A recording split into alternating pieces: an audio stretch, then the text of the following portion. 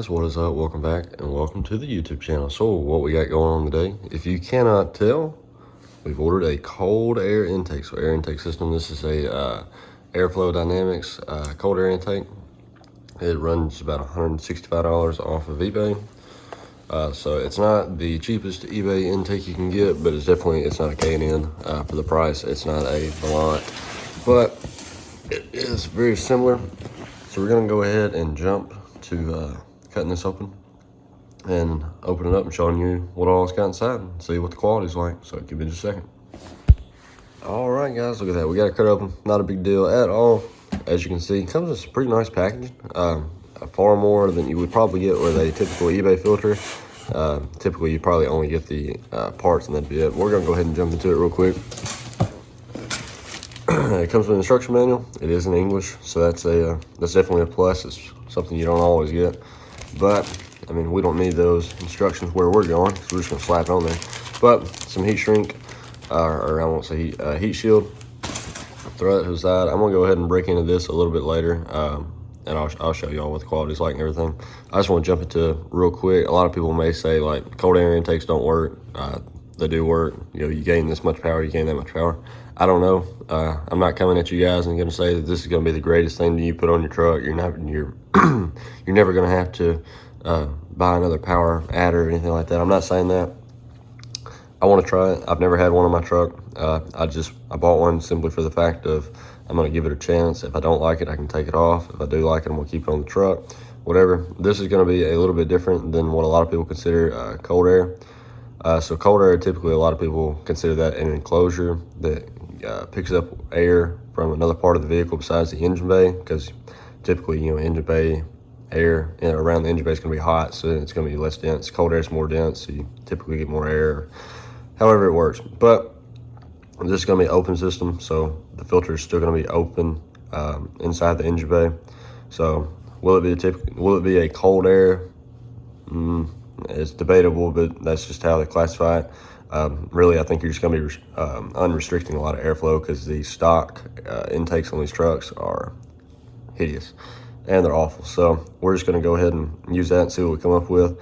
But I'm going to make sure to keep you guys along for the ride, and give me just a second. We'll get this open and we'll talk about the quality of it. All right, guys, look what we got going on here. First off, I just want to talk about, this looks like a filter that would go on a diesel truck. Like, this thing is massive. So we're definitely going to be getting some more airflow. Look at it. This is the tube that the air goes through. That's it. That's all it is. I don't know what Ford was thinking when they made the intakes, the plastic intakes they put on the trucks.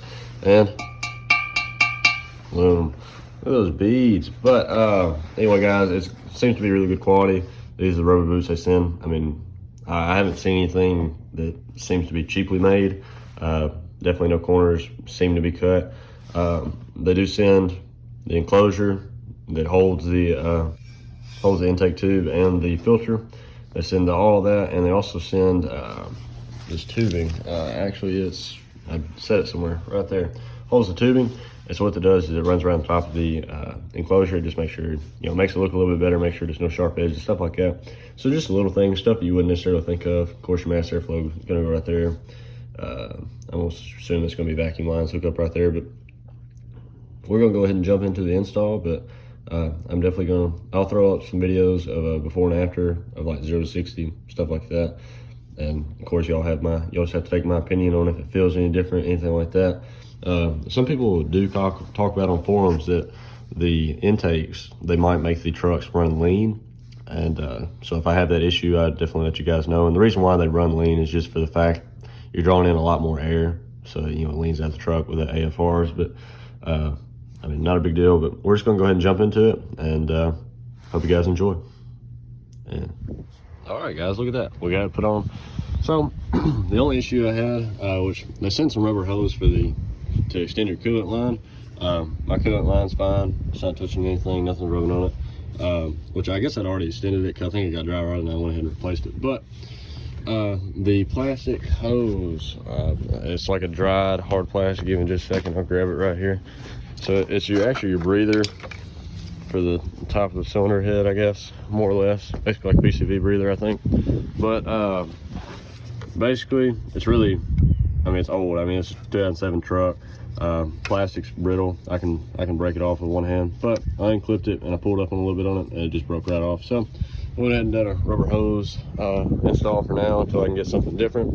But we're just gonna go ahead and throw that back over. And as you can see, this is the stock intake, so it's definitely when you look at that and then you come over here and you look at this intake, it's a lot more streamlined. This intake's a lot more streamlined, a lot more room to get the things too as well, so it may make maintenance a little easier. And as you can see, that filter is absolutely huge. I mean, it looks like it belongs on a diesel. That's how big it is. But so I don't have the normally your brake booster right back here would have a breather line on it to basically breather line through the intake. Mine doesn't, so send a little plug for it, plug it up, piece of V breather, and that's gonna hook in right there on top, like I said, on top of the head.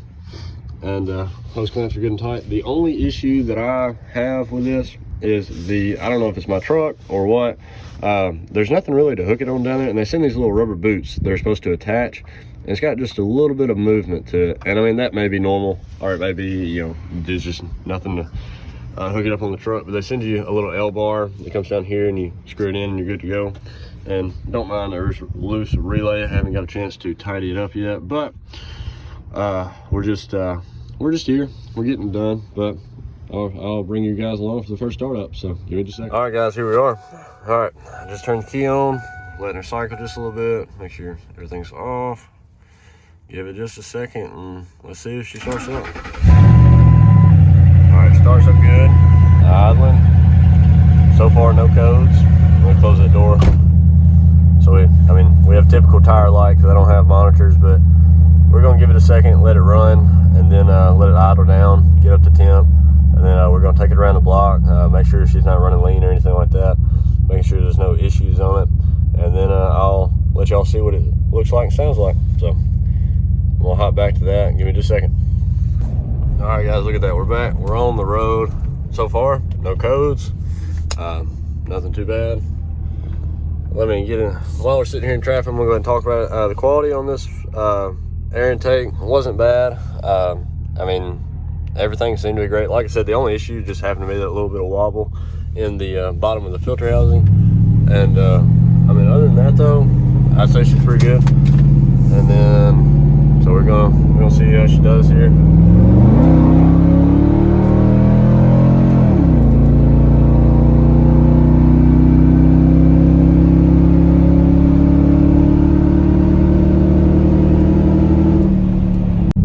Guys, I'm gonna throw in just another little clip. So this is just from 25.